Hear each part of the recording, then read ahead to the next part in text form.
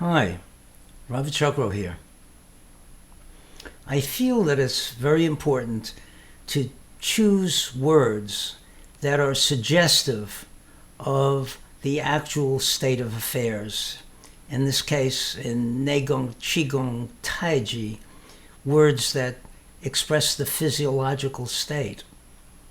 And the expressions that I'm going to analyze and compare are expand and condense.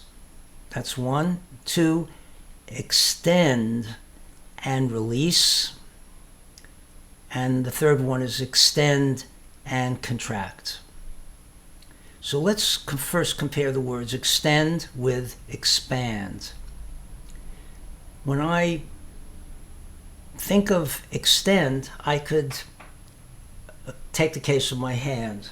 So if I lift my arm and I want to extend my fingers, let's say they're totally relaxed, now I extend them.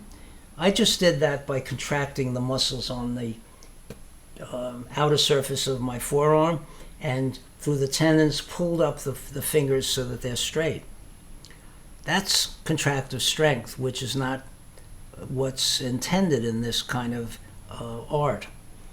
The other is to extend from the bottom by, I think, sending electricity to the water in the tissues and having that expand and become more, have a certain strength to it. So the two meanings could be attached to that word extend, and they're very different. They're almost opposites. One is pulling, the other is pushing.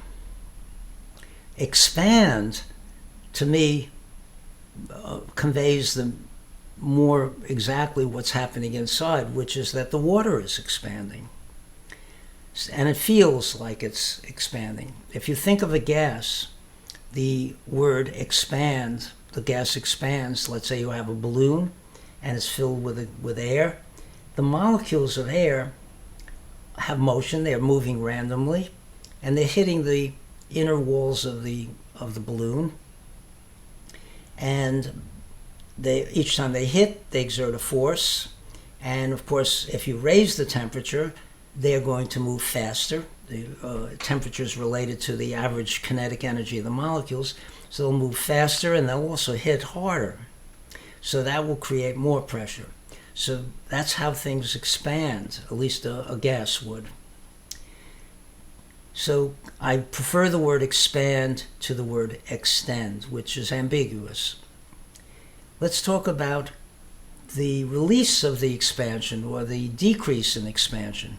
If you say release, that could just mean let it go. Just give it up.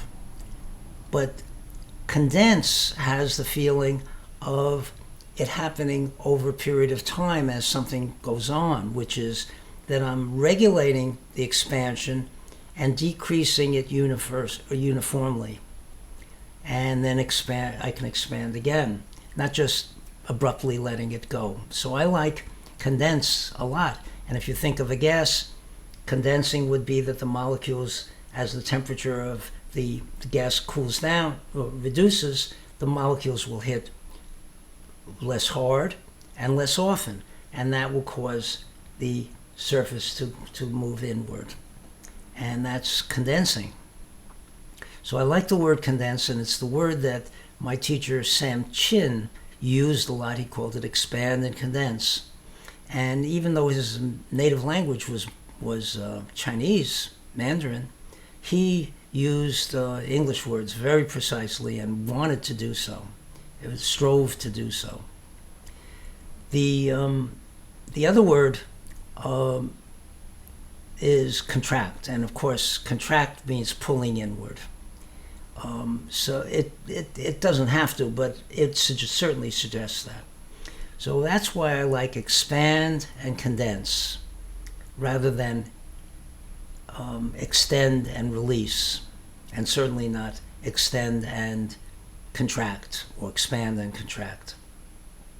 Notice that in our part of the world, the English-speaking part of the world, the Western part of the world, we put the yang first.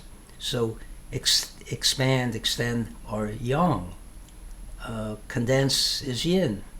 So we don't say condense and expand. We say expand and condense.